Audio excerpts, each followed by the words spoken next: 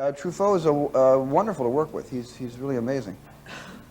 He's amazing because he's so simple. He's as simple as his films. Some of my reason for making E.T. came from Truffaut. He had the best time working with children. And he said to me, you have the heart of a child. This is what he said to me in broken English.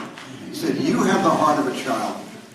You need to make a movie with keys. He said, keys. And I never forgot that. And when I came up with the story for E.T., I always remembered that Truffaut was the one that said, you got to make a picture with kids.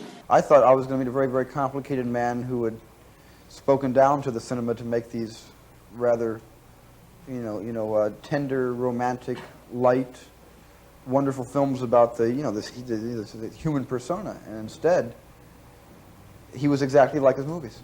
And that's really that's what set me back so far. Was I kept talking to François like he was more than the man who made Jules and Jim, and he's not. He's Jules.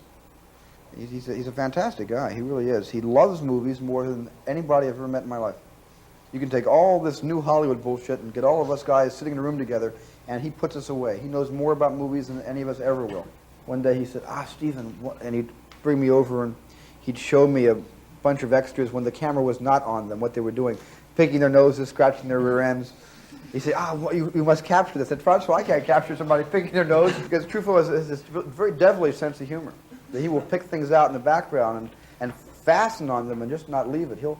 He with binoculars spend hours watching the extras 100 feet away. He loves that. He loves that. And Truffaut, nobody like him. He was a child at heart. And yet he was, like the title of his film, he was a wild child. I've always felt that filmmakers should never sweat the big stuff, but you got to sweat the small stuff. And Day for Night is about all the little small things that basically grow into one big problem that threatens the continuation of a movie.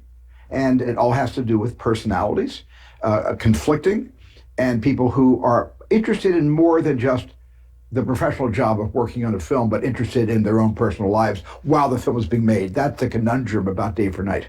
I think this movie is one of the most accurate portrayals of what it's like to make one movie, telling one story, casting one film where nothing goes right. And which is so often the case. Well, I think a director has to not only solve some of the problems him or herself, but a director has to know who to go to, who knows how to solve the problem that is, basically relevant to their craft. And there's a lot of that in the film. There's also that unsung hero of what they call the continuity person.